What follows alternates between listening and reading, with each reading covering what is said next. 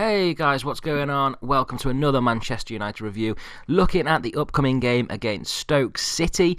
I apologise for not uploading any of the previous games, including Tottenham and Villa. There are some reasons behind that. Obviously, it was Christmas. The Tottenham game, I was back at home in the northwest, which I loved being back there. It was amazing to be back home near United, and it was brilliant. The Villa game I actually did go to. I went there ticketless, which was just horrendous because there were touts outside selling it for £150 per ticket. It was just a crazy day. I mean, I think that's the way it's always been, since you've been to like Leicester and they offer you that amount as well. That, to be fair, that was when like Di Maria and Falcao came in. It's been a complete nightmare trying to get tickets. But anyway, that's none of the wiser.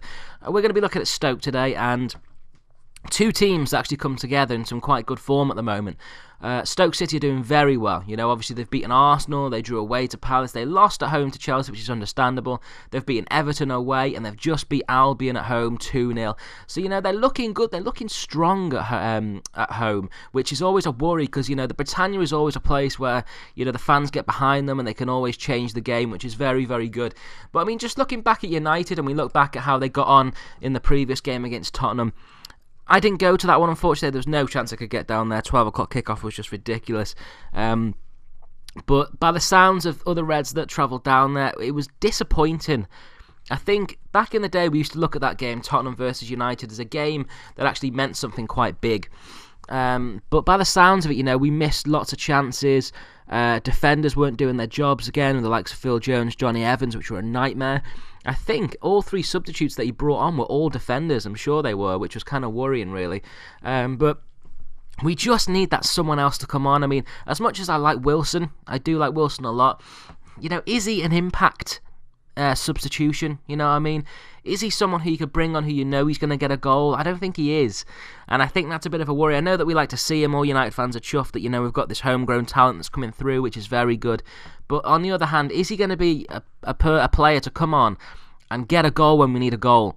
You can look at Falcao, and you could probably say the same thing, but Falcao's just got the experience which is under his belt, and the fact that he's playing now, and he's played 2 games in, a matter of 48 hours shows me that he clearly is fit to play football for Manchester United, which is very, very good news.